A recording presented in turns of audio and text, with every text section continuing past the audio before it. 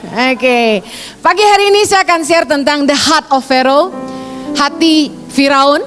Kita baca sama-sama ayatnya di Keluaran 7 ayat 1 sampai 5. Kita baca sama-sama yuk.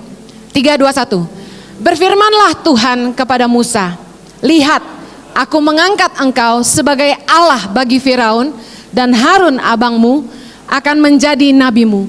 Engkau harus mengatakan segala yang kuperintahkan kepadamu, dan Harun abangmu harus berbicara kepada Firaun supaya dibiarkannya orang Israel itu pergi dari negerinya. Ayat 3. Tetapi aku akan mengeraskan hati Firaun, dan aku akan memperbanyak tanda-tanda dan mujizat-mujizat yang kubuat di tanah Mesir.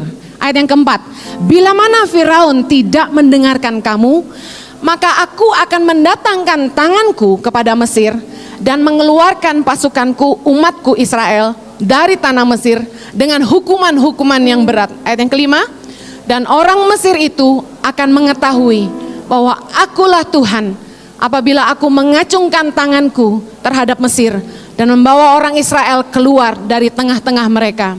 Saudara pasti sudah pernah mendengar tentang kisah ini.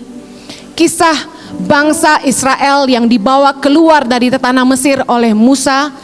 Dan ketika itu begitu Musa disuruh oleh Tuhan untuk membebaskan bangsa Israel dari Mesir, Musa harus menghadap Firaun. Penguasa Mesir saat itu, Firaun, tentu saja tidak mengizinkan untuk Musa membawa bangsa Israel pergi dengan alasan beribadah kepada Allah. Berkali-kali Musa berusaha untuk membawa Israel pergi, tapi berkali-kali pula Tuhan mengeraskan hati Firaun. Siapa yang mengeraskan hati Firaun? Siapa yang suruh Musa bawa bangsa Israel pergi? Tuhan ini saya lihat sutradara yang hebat. Kalau Anda mau belajar bikin film harus belajar sama Tuhan. Tuhan yang suruh Musa membebaskan bangsa Israel dari Mesir. Tapi Tuhan juga yang mengeraskan hati Firaun supaya bangsa Israel nggak boleh dibawa keluar dari Mesir. Dan setiap kali Musa datang kepada Firaun, setiap kali itu juga Tuhan mengeraskan hati Firaun untuk tidak mengizinkan mereka pergi. Dan setiap kali itu juga Tuhan melakukan sesuatu. Tuhan mendatangkan tulah yang kita sebut dengan 10 tulah di Mesir. Pasti sudah nonton film Musa. 10 tulah ini menimpa bangsa Mesir. Sampai akhirnya Firaun mengizinkan Musa membawa bangsa Israel keluar. Tarik nafas sebentar. Masa kelegaan muncul, mereka diizinkan keluar. Tapi sekali lagi Tuhan mengeraskan hati Firaun untuk mengejar mereka. Udah dibiarin pergi, masih dikejar juga. Belum selesai sampai di situ. Bangsa Israel terjepit. Bangsa Israel tidak bisa kembali karena di belakang mereka pasukan Mesir mengejar mereka dari belakang bersama dengan Firaun. Di depan mereka ada Laut Merah yang membuat mereka nggak bisa kemana-mana. Mereka terjepit. Kemudian Musa mengulurkan tangannya ke atas laut dalam Keluaran 14 ayat 21. Dan kita tahu bahwa ini kisah kedahsyatan Tuhan yang nyata di depan mata semua orang dan luar biasa. Laut Merah terbuka. Laut itu menjadi kering dan bangsa Israel bisa berjalan ke tengah-tengahnya. Penyertaan Tuhan dahsyat banget waktu itu. Dan dalam Keluaran 14 ayat 17 dikatakan, sungguh aku akan mengeraskan hati orang Mesir sehingga mereka menyusul orang Israel, dan terhadap Firaun dan seluruh pasukannya, keretanya dan orang-orangnya yang berkuda, aku akan menyatakan kemuliaanku. Anda tahu pada waktu mereka mengejar bangsa Israel ke tengah-tengah Laut Merah, Tuhan mengembalikan Laut Merah di belakang bangsa Israel dan semua pasukan Firaun tenggelam. Kisah ini bukan dongeng. Sampai hari ini ditemukan sisa-sisa dari pakaian serdadu Mesir di bawah Laut Merah. Secara geologi, geografi mereka sudah menemukan bahwa benar-benar laut itu pernah terbelah. Jadi ini bukan kisah dongeng, tapi Tuhan sendiri menyatakan kemuliaannya di tengah-tengah dunia. Yang saya mau share tentang the heart of Pharaoh. Dalam hidup kita, di balik orang-orang yang kita harapkan menolong kita, di balik orang-orang yang kita pikir harusnya mereka bertanggung jawab atas hidup kita. Orang-orang yang punya kemampuan untuk membebaskan kita dari masalah. Orang-orang yang ngutang sama kita dan kita lagi kesulitan uang dan kita harap mereka bayar utangnya supaya masalah kita selesai. Orang-orang yang kita pikir bisa nolong kita untuk keluar dari hidup kita yang lama. Mesir bicara soal hidup kita yang lama. Kita datang ke gereja yang kita pikir bisa membimbing kita.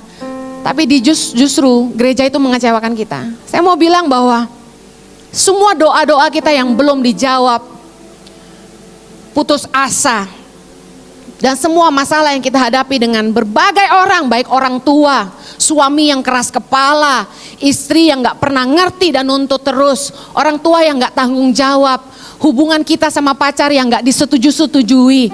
Mungkin kita punya bos yang keras sekali, kita punya bawahan yang kerjanya gak pernah benar, fokusnya gaji aja. Kita punya rekan bisnis yang nipu kita ngadap begitu banyak masalah di sekeliling kita. Sadar gak bahwa mungkin Tuhanlah yang mengeraskan hati mereka. Bangsa Israel ngalamin masalah, mereka pengen bebas dari Mesir, mereka ditindas, mereka pengen bebas dari Mesir. Tuhan sendiri suruh Musa bawa mereka pergi, tapi Tuhan juga yang datangin masalah dengan mengeraskan hati Firaun. Jangan cepat-cepat kecewa sama orang-orang yang di mata kita mereka salah. Belajarlah melihat dari perspektif yang berbeda.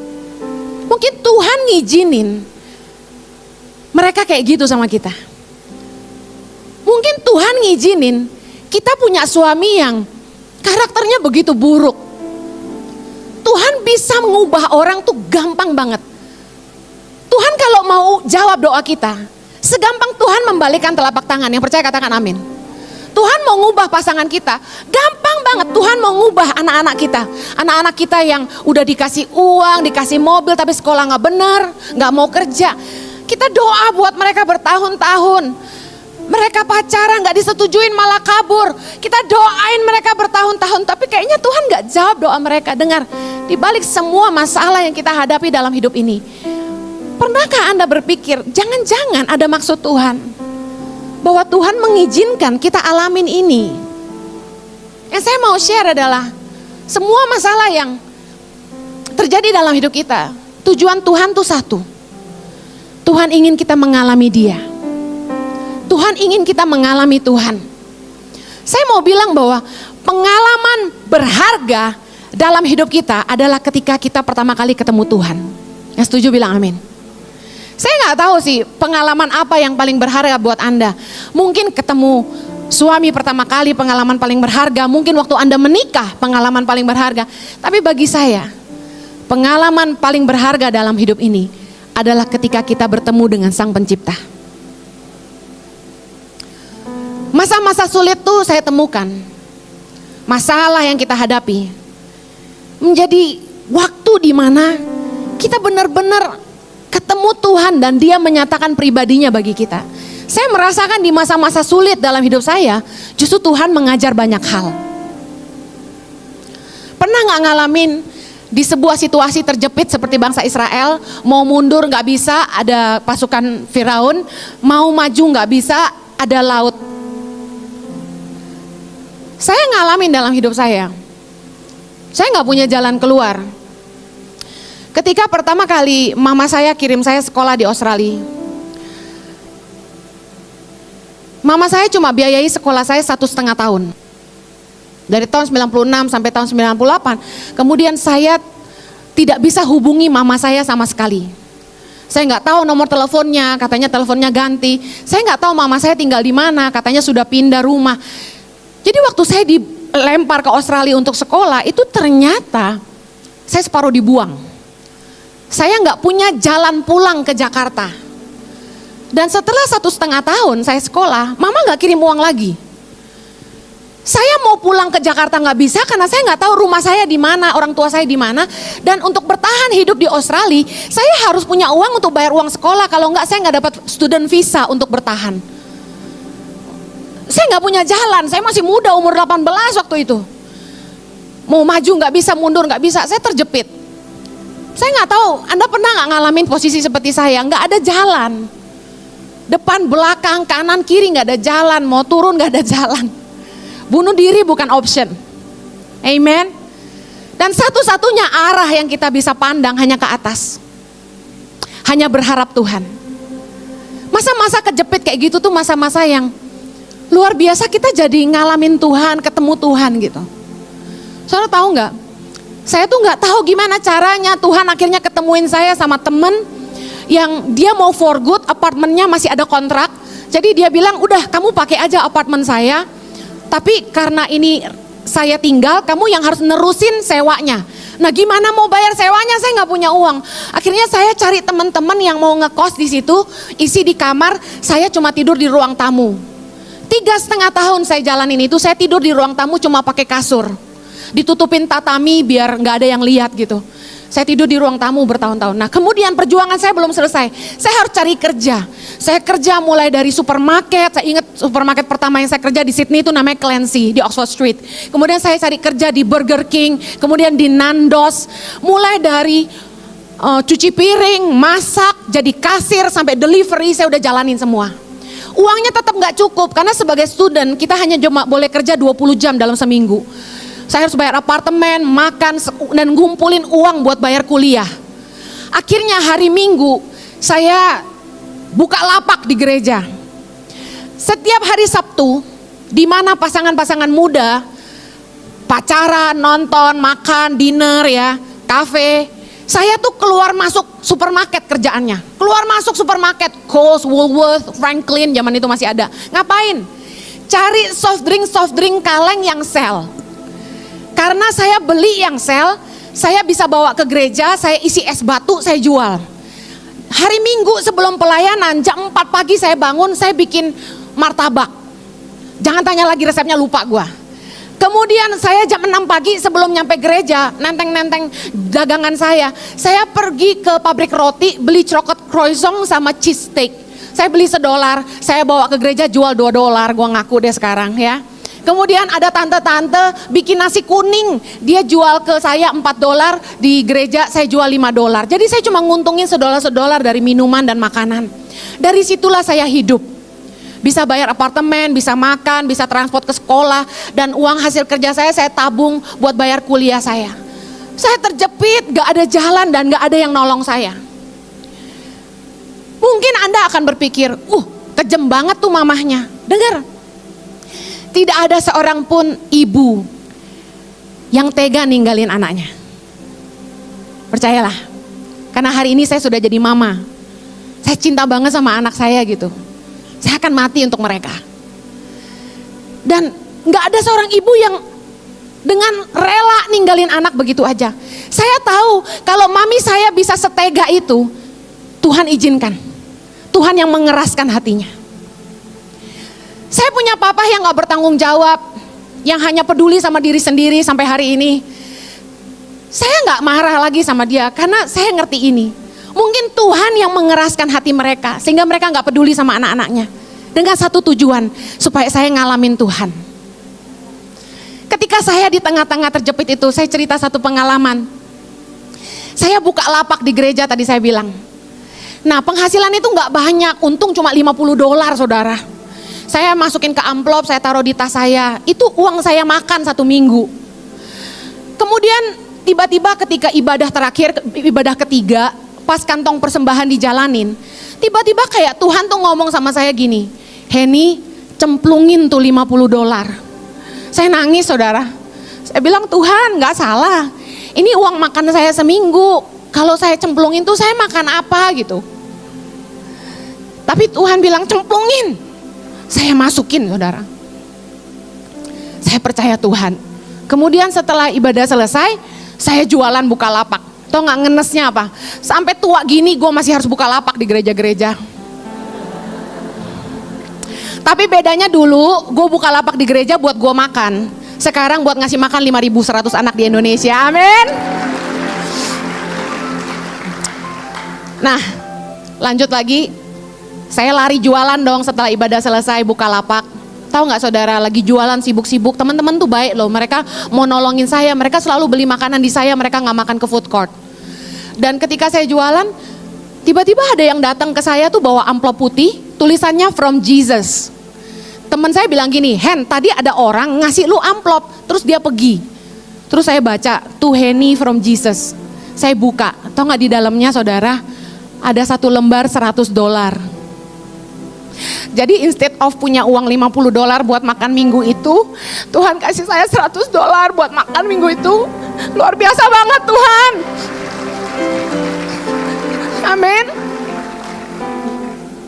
Jadi saya ngalamin Tuhan gitu. Masalah dalam hidup kita itu ternyata tujuannya satu, supaya kita tuh ngalamin Tuhan, bahwa dia tuh real dalam hidup kita. Saya dari umur 10 tuh ditinggalin orang tua ya. Orang tua saya bercerai dan porak-poranda lah. Saya punya koko, diadopsi sama Apak, pergi ke Sydney tahun 93. Adik saya gak ada yang ngurus, saya juga gak ada yang ngurus. Nah, besar tanpa orang tua, tanpa kasih sayang. Saya timbul rasa penolakan diri yang sangat besar. Kadang-kadang masih ada dikit sampai sekarang ya. Penolakan dirinya tuh gini.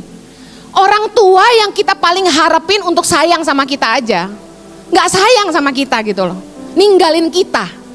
Jadi rasa penolakan tuh besar banget gitu. Jadi kalau saya di sekolah tuh saya sendiri, saya menyendiri, selalu menyendiri, nggak banyak ngomong, selalu sendirian.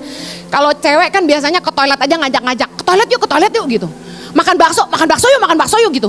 Saya tuh enggak. Saya tuh sendiri, ke toilet sendiri, ke kantin sendiri. Bukannya sombong, saya ngerasa nggak ada yang suka sama saya. Jadi karena rasa penolakan yang besar, kayak kita ngumpul-ngumpul gitu aja, saya bisa ngerasa kayaknya dia nggak suka deh sama saya. Jadi tiba-tiba ada rasa itu gitu. Kayaknya pada nggak suka deh sama saya, gue hitam gini gitu kan. Kayak pada nggak suka. Jadi ada rasa seperti itu. Nah, ketika saya dibawa ke gereja sama teman-teman sekelas saya, salah satunya Jojo loh. Dia bawa saya ke youth, makanya cari pacar yang bener ya. Dia bawa saya ke youth.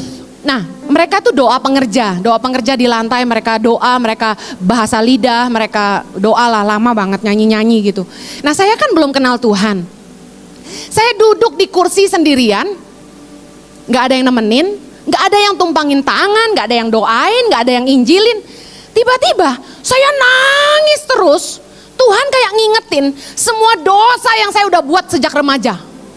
Gak ada yang tahu loh kalau hidup saya tuh porak-poranda. Karena gak ada orang tua kan, saya besar itu liar banget gitu. Pacar banyak banget gitu. Wow, gak keren. Menderita, karena haus kasih sayang. Dan gak ada yang tahu kan, saya diem. Tapi ternyata Tuhan tahu. Saya nangis gitu. Terus besokannya itu kan hari Sabtu, hari Senin saya ke sekolah. Tiba-tiba aja ada ayat firman Tuhan yang Tuhan bisikin ke saya. Bayangin, saya kan belum kenal Tuhan, belum tahu firman Tuhan. Tahu-tahu firman Tuhan tuh bilang gini, sekalipun ayahmu dan ibumu meninggalkan kamu, aku sekali-kali tidak akan meninggalkan engkau. Tahu nggak guys, di kelas tuh gue nangis sejadi-jadinya. Berasa saya dicintai, bahwa saya berharga di mata Tuhan.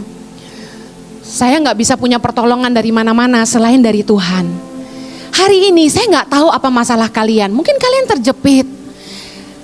Dengar, pakailah momen ini untuk ketemu Tuhan. Jangan lari sama siapa-siapa.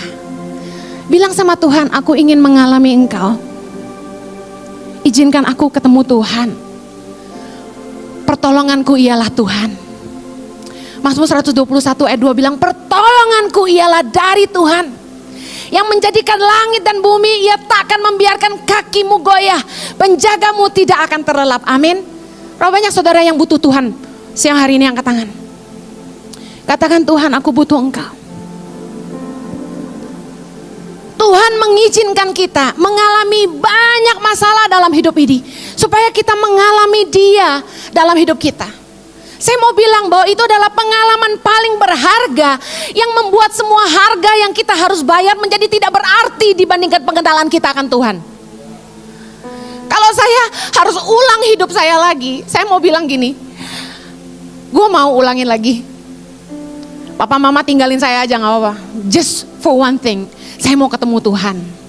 Dalam hidup kita gak tahu masalah apa yang Anda hadapi, tapi one way or another, Tuhan mau kamu sama Tuhan. Banyak kita yang Kristen dari lahir.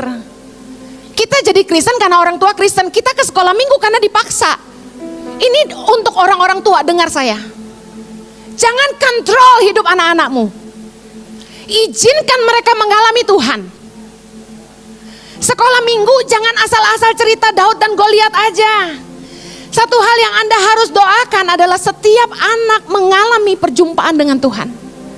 Yang ngubah hidup kita hanya perjumpaan dengan Dia. Amin. Makanya tiap hari cari Tuhan. Gak bisa cuma setahun sekali, seminggu sekali, gak bisa. Kita butuh Tuhan setiap hari. Yang kedua, kenapa ada Firaun-Firaun dalam hidup kita yang dikeraskan hatinya oleh Tuhan? Supaya kita menjadi dewasa, bertumbuh dalam iman, mengandalkan Dia, dan menjadikan Dia satu-satunya andalan dalam hidup kita. Belajar mempercayai Tuhan. Ibrani 11 ayat 29. Baca sama-sama. Karena iman, maka mereka telah melintasi laut merah sama seperti melintasi tanah kering. Sedangkan orang-orang Mesir tenggelam ketika mereka mencobanya juga. Dengar baik. Masalahmu akan mengajar engkau bahwa Tuhanlah satu-satunya andalan dalam hidup ini. Anda coba minta tolong sama manusia, dengar manusia mengecewakan. Perjalanan iman kita hanya akan menjadi bertumbuh ketika kita sungguh-sungguh mengandalkan Tuhan dan melihat Dia bekerja. Saudara, dulu saya awal-awal merintis yayasan, saya kenal dengan salah satu gembala gereja terbesar di Jakarta. Gereja yang paling happening di Jakarta saat ini.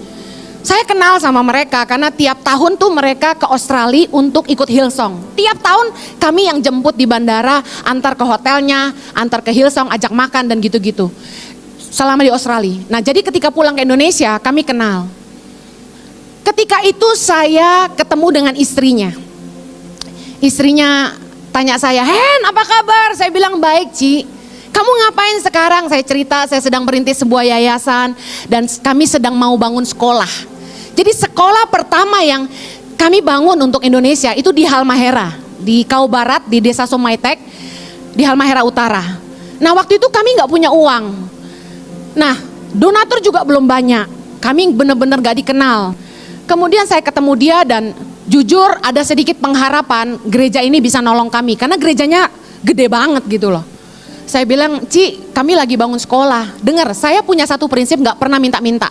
Tapi dia yang tanya lagi ada proyek apa." Jadi saya cerita. Kemudian dia bilang gini, "Hen, kirim proposal ya." "Siap, Ci." Wah, seneng. Timbul gak pengharapan secara manusia? Iya dong, gereja gede mau bantu gua bangun sekolah. Apalah artinya buat mereka? Waktu itu cuma butuh sekitar 250 juta. Kemudian saya kirim proposal. Berapa hari saya tunggu-tunggu gak ada kabar. Gak lama, seminggu kemudian istrinya telepon saya. "Hen, katanya mau kirim proposal." "Udah, Ci." "Loh, kok gak ada ya?" Dia cek, ternyata nyampenya di meja suaminya. Intinya istri suaminya gak setuju. Kemudian suaminya bilang ke Jojo, "Jo, sorry ya, gue gak bisa bantu lu bangun sekolah. Gue lagi bantu teman gue bangun gereja di Amerika." "Oke, gak apa-apa kok, gak apa-apa." Hati Firaun yang dikeraskan Tuhan. Anda mungkin pernah berharap orang kaya nolong Anda? Orang tuamu modalin kamu usaha? Ada teman-teman yang bantu kamu, konglomerat support gereja? Jangan marah sama mereka ketika mereka menolak mengulurkan tangannya, karena mungkin Tuhan yang mengeraskan hati mereka. Ada mujizat yang akan dibuka, amin. Kemudian ada lagi. Ada beberapa orang kaya yang Tuhan pertemukan dalam hidup kami selama di Indonesia. Ada yang support kami, kemudian berhenti support, terus jadi jahat sama kami gitu, berusaha menghancurkan kami gitu. Ada. Terus ada lagi pengusaha yang janji-janji doang, sampai publikasi, panggil koran datang, majalah datang, sampai saya ikut interview bahwa restorannya ngasih makan tiap piring yang terjual dia akan support 10.000 buat Tangan Pengharapan. Sampai hari ini nggak pernah. Jadi janji bohong doang. Terus ada lagi pengusaha konglomerat di Indonesia lah, dia punya beberapa stasiun TV. Dia bilang sama saya, "Hen, ayo kamu bantu saya." Dia dengar reputasi saya, dia bilang, "Kamu bantu. Pegang yayasan saya ini mendanai 40 yayasan. Saya bilang, wow keren, luar biasa Pak. Kamu bisa bantu saya? Coba saya bantu aja Pak ya, saya nggak bisa komit karena saya punya yayasan sendiri. Apa nama yayasan kamu? Nggak dikenal bos. Tangan Pengharapan Pak. Yayasan saya kecil kok. Oh gitu ya. Oh gampang-gampang itu. Nanti Tangan Pengharapan masukin aja ke yayasan saya, nanti saya support. Oke. Terus saya tanya, maaf Pak, operasional setahun untuk semua yayasan Bapak ini berapa ya? 8 miliar dia bilang gitu. Oh 8 miliar udah setahun tuh ya, oke. Kalau kamu berapa? Hasil audit 2018 kemarin, jadi Tangan Pengharapan ini kami handle keuangan secara profesional. Kami diaudit oleh public accountant orang luar. Kemudian kami otorisasi keuangan itu lewat 3 orang yang jadi nggak mudah gitu. Hasil audit kemarin dilaporkan. Tangan Pengharapan dipercaya Tuhan dalam setahun itu dengan dana 13 miliar lebih dalam setahun. Berarti setiap bulan kami harus punya uang 1,1 miliar. Ngasih makan 5.100 anak di 70 titik, gaji lebih dari 100 guru, total 150 seluruh Indonesia. Kemudian ngobatin orang sakit 1.000 tiap bulan itu minimal. Kemudian gaji dokternya, gaji orangnya yang pengobatannya. Kemudian harus support petani-petani di NTT sekitar 165 kampung setiap tahunnya. Kita kasih benih dan juga bibit, cangkul. Kemudian di Mentawai juga kami pemberdayaan masyarakat. Kemudian tahun ini kami membangun 6 sekolah. Kemudian masih banyak lagi yang Tuhan kerjakan lewat Tangan Pengharapan. Dan ketika diaudit oleh bagian keuangan, public accountant mengatakan donasi rutin yang masuk ke Tangan Pengharapan itu hanya 300 juta. Jadi yang orang consistently support termasuk si LCC itu hanya 300 juta dalam sebulan. Berarti minus berapa? 800 juta. Jadi public accountant itu bilang, Ibu Heni dan Pak Jojo harus kerja lebih keras tahun depan. Karena kalau mau memberi makan 6.000 anak, ke depan uangnya harus lebih banyak. Ibu sama Pak Jojo harus cari uang lebih banyak. Saya diem. Jujur saya nggak pernah mau tahu uang itu yayasan Tangan Pengharapan tuh uangnya ada berapa, cukup apa enggak. Saya tuh nggak pernah mau tahu. Ini pesan saya ke bagian keuangan. Cukup nggak usah cerita sama gua. Soalnya saya stres. Begitu meeting selesai, public accountant report ke kami. Saya masuk kamar mandi nangis saudara. Saya teriak sama Tuhan. Tuhan, 1,1 miliar mau cari di mana? Saya harus jual apa lagi? Kaos udah, batik udah, ini aja udah kayak apa saya tuh ya gitu. Saya nangis di shower. Tuhan tolong gitu kan, udah nggak tahu mesti gimana. Guys, Tuhan itu nggak pernah terlelap. Saya sekarang baru sadar. Kenapa gereja besar yang tadinya saya harapkan mensupport Tangan Pengharapan nggak mau support Yayasan Tangan Pengharapan? Konglomerat di Indonesia segini banyaknya yang dengerin saya khotbah di seluruh Indonesia udah pasti ada. Tapi kenapa dikerasin hatinya untuk nggak nolong Tangan Pengharapan? Kemudian gereja-gereja besar yang selama ini Jojo layani mulai ban suamiku nggak boleh khotbah lagi di gereja mereka. Katanya takut konglomeratnya pindah. Sampai ada yang terus terang bilang gini, kami undang Pak Jojo untuk datang khotbah. Bapak malah jualan kaos, untungnya apa buat gereja? Suami saya digituin. Saya kasihan banget sama Jojo. Padahal kami nggak dapat apa-apa gitu kan. Kemudian saya lihat kenapa pengusaha yang saya kenal ingkar janji sama kami. Saya cuma baru ngerti hari ini. Supaya satu-satunya yang kita andalkan hanya Tuhan. Kita belajar percaya sama Tuhan. Jangan kecewa sama manusia. Manusia pasti mengecewakan. Tapi mengandalkan Tuhan sungguh-sungguh. Bahwa dia gak akan pernah tinggal diam. Amin. Hari ini saya baru sadar. Setelah semua ini terjadi. Kenapa saya harus dikecewakan begitu banyak orang. Supaya satu. Gak ada yang bisa menepuk dada dan bilang. Tangan Pengharapan ada karena saya. Gak ada gereja yang bisa bilang. Tangan Pengharapan ada karena saya. Gak ada pengusaha manapun yang bisa klaim Tangan Pengharapan bisa karena saya. Tapi satu-satunya yang kita andalkan hanya Tuhan. Saudara, apapun yang Anda kerjakan dalam hidup ini, jangan andalkan kepintaranmu. Jangan andalkan kekuatanmu sendiri. Jangan andalkan orang tuamu. Andalkan Tuhan. Amsal 10 ayat 22 bilang, berkat Tuhanlah yang menjadikan kaya, susah payah tidak akan menambahinya. Ayat ini oleh beberapa orang malas dan orang-orang yang tidak mau berusaha lebih dipakai untuk membenarkan diri. Padahal ayat ini sederhana mengajar kita begini. Anda mau bangun pagi-pagi, Anda diajarin kerja keras, Anda diajarin bermimpi oleh para pengusaha sukses. Dengar 7 langkah menjadi kaya, lupakan. Yang menjadikan kaya itu Tuhan. Dan apakah diberkati Tuhan itu harus kaya raya, punya uang banyak, punya aset di mana-mana? Enggak. Buktinya saya kan enggak kaya raya. Tapi ada yang berani saya tidak diberkati Tuhan? Dengar, mintalah kepada Tuhan bukan harta, tapi kasih karunia untuk menikmati semua berkat Tuhan. Orang kaya duitnya banyak, tapi gak boleh makan apa-apa. Orang kaya duitnya banyak, rumahnya besar, tapi isinya gak ada. Anak istri semua jarang di rumah, karena rumahnya di luar negeri di mana-mana. Yang berenang-berenang pembantunya. Dengar, jangan minta kaya karena kaya tidak bisa bikin bahagia. Kaya tidak bikin kita selamat. Tapi andalkan Tuhan sumber segala-galanya. Mendingan kaya saya cukup-cukup aja tapi selalu ada berkatnya. Nikmati hidup ini bersama dengan Tuhan dan andalkan Dia. Diberkatilah orang yang mengandalkan Tuhan, yang menaruh harapannya pada Tuhan. Amin. Yang terakhir, kenapa Tuhan mengeraskan Firaun-Firaun dalam hidup kita? Supaya kita dipakai Tuhan untuk menyatakan kuasanya di tengah-tengah orang yang tidak percaya. Perbuatan Tuhan bagi bangsa Israel itu menjadi kesaksian turun-temurun bahkan sampai hari ini. Dengar saya, pengalamanmu dengan Tuhan akan menjadi pelajaran iman bagi anak cucumu. Pengalamanmu dengan Tuhan akan menjadi pelajaran iman di depan anak cucumu. Sekarang anak saya tanya, Mama, how do you do this? Saya bilang sama anak saya, you see, I'm not rich, right? Saya nggak kaya. Ya, we're okay, kita okay. Tapi God used me and your dad to feed 5,000 children in Indonesia. Dan anak-anak saya bilang, wow. Terus saya bilang gini, isn't God awesome? Dia bilang, yes, God is awesome. Dia bilang gitu. Amen.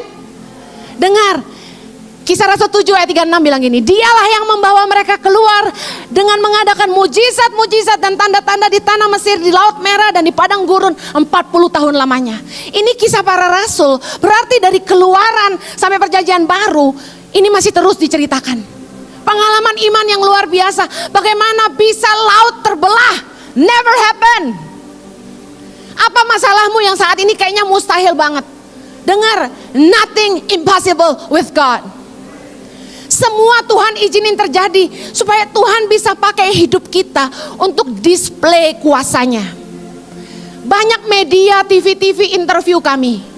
Mereka selalu nanyanya sama, duitnya dari mana Bu Heni? Karena menurut manusia, duitnya ada baru bisa kerja. Kalau kaya baru bisa nolong orang. Tapi dengar, setiap kali ditanya saya selalu bilang gini, dari Tuhan.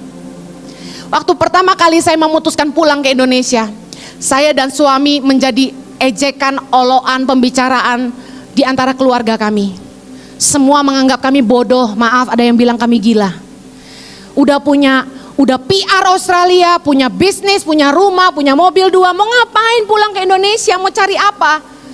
Orang biasanya pulang ke Indonesia karena ada tawaran karir yang bagus, gaji besar, atau punya bisnis dari orang tua. Tapi kami pulang tanpa kepastian apa-apa, dan ketika ditanya sama orang tua dan mertua, mau kerja apa di Indonesia? Kami jawab belum tahu. Mau bikin apa di Indonesia? Kami bilang belum tahu. Kami hanya ikut maunya Tuhan. Saudara dengar, ada di antara keluarga saya bukan orang-orang percaya. Mereka nggak kenal Tuhan.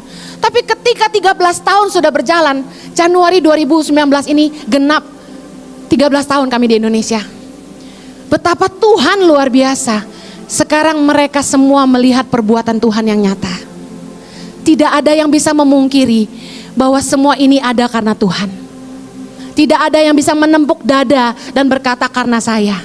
Tapi semua karena Tuhan. pengalaman kita dalam setiap kesulitan. Dengar, karena Tuhan mau pakai hidupmu untuk mendemonstrasikan kuasanya. Tuhan itu senang memakai orang-orang yang dianggap gak berarti, orang-orang yang bodoh bagi dunia, orang-orang yang dianggap lemah, hina. Tuhan tuh senang pakai orang-orang kayak gitu. Dalam 1 Korintus 7, 1 ayat 27 sampai 29. Lihat, tujuannya supaya apa? Ayat 29. Supaya jangan ada seorang manusia pun yang memegahkan diri di hadapan Allah. Tuhan pakai orang-orang kecil, orang-orang yang tidak diperhitungkan, orang-orang yang gak berarti untuk meniadakan yang berarti. Supaya hanya satu yang pasti, gak ada orang yang memegahkan diri di hadapan Allah. Dialah yang paling besar dalam hidup kita. Amin. Saya mau tutup dengan ini. Kalau Anda ada di tengah-tengah masalah saat ini, dengar firman Tuhan. Bereaksilah benar di tengah-tengah masalah. Jaga perkataanmu, jaga sikapmu, karena perkataanmu adalah doamu. Baca sama-sama di Bilangan 14 ayat 2, 27 dan 29. Sama-sama. Bersungut-sungutlah semua orang Israel kepada Musa dan Harun, dan segenap umat itu berkata kepada mereka, sekiranya kami mati di tanah Mesir atau di padang gurun ini. Ayat 27, berapa lama lagi umat yang jahat ini akan bersungut-sungut kepadaku?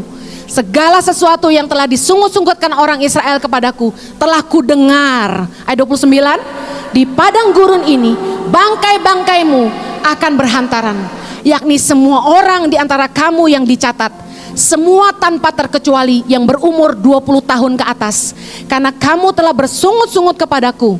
Ayat 30, bahwasanya kamu ini tidak akan masuk ke negeri yang dengan mengangkat sumpah telah kujanjikan akan kuberikan kamu diami, kecuali Kaleb bin Yefune dan Yosua bin Nun. Saudara, bangsa Israel sebagian besar gak masuk tanah perjanjian setelah bersusah payah 40 tahun di padang gurun. Kenapa? Karena bersungut-sungut. Hari ini, apa yang jadi pergumulanmu? Apa yang jadi harapanmu? Apa yang jadi doamu? Dengar, jangan bersungut-sungut. Anda mengharapkan pasanganmu berubah? Anda berharap pasanganmu berubah dari sifatnya yang keras, tingkah laku yang tidak baik, perselingkuhannya? Dengar, yang kau perlu lakukan adalah berhenti bicara. Stop talking, stop complaining. Start praying and acting right. Jadilah saksi. Dengar baik, suami kita yang belum kenal Tuhan pun bisa diselamatkan, bukan karena perkataan kata firman Tuhan, tapi karena kesalehan kita, karena hidup kita yang jadi inspirasi buat mereka. Di tengah-tengah masalah keluarga, bisnis, pekerjaan, apapun yang kita alami hari ini, jangan komplain, jangan salahin orang. Saya gak buang waktu saya untuk jelek-jelekin gereja yang gak nolong saya. Saya gak pernah nyebut-nyebut nama gereja ini, wah gereja itu gak mau nolongin saya gak cerita. Saya tetap jaga hubungan baik kami sampai hari ini. Pengusaha-pengusaha yang pernah gak nepatin janji ke saya gak cerita tuh kemana-mana, saya diam. Bereaksilah benar ketika Anda menghadapi masalah, supaya jangan sampai sungut-sungutmu membuat engkau tidak masuk ke dalam tanah perjanjianmu. Saya tutup dengan ini. Milikilah iman dan andalkan Tuhan. God can use anything, including your problem. And God can use anyone, including your enemies, to bring you to His perfect plan. Tuhan bisa pakai apa saja, termasuk masalahmu. Dan Tuhan bisa pakai siapa saja, termasuk musuh-musuhmu, untuk membawa engkau masuk dalam janjinya yang sempurna. Mari bertindak benar. Saya berdoa di tengah-tengah masalah, Anda mengalami Tuhan, Anda mengalami perjumpaan dengan Dia dan mengubah hidupmu selama-lamanya. Imanmu bertumbuh dan Tuhan memakai hidupmu untuk display kuasanya bagi dunia. Amen. Mari kita berdoa.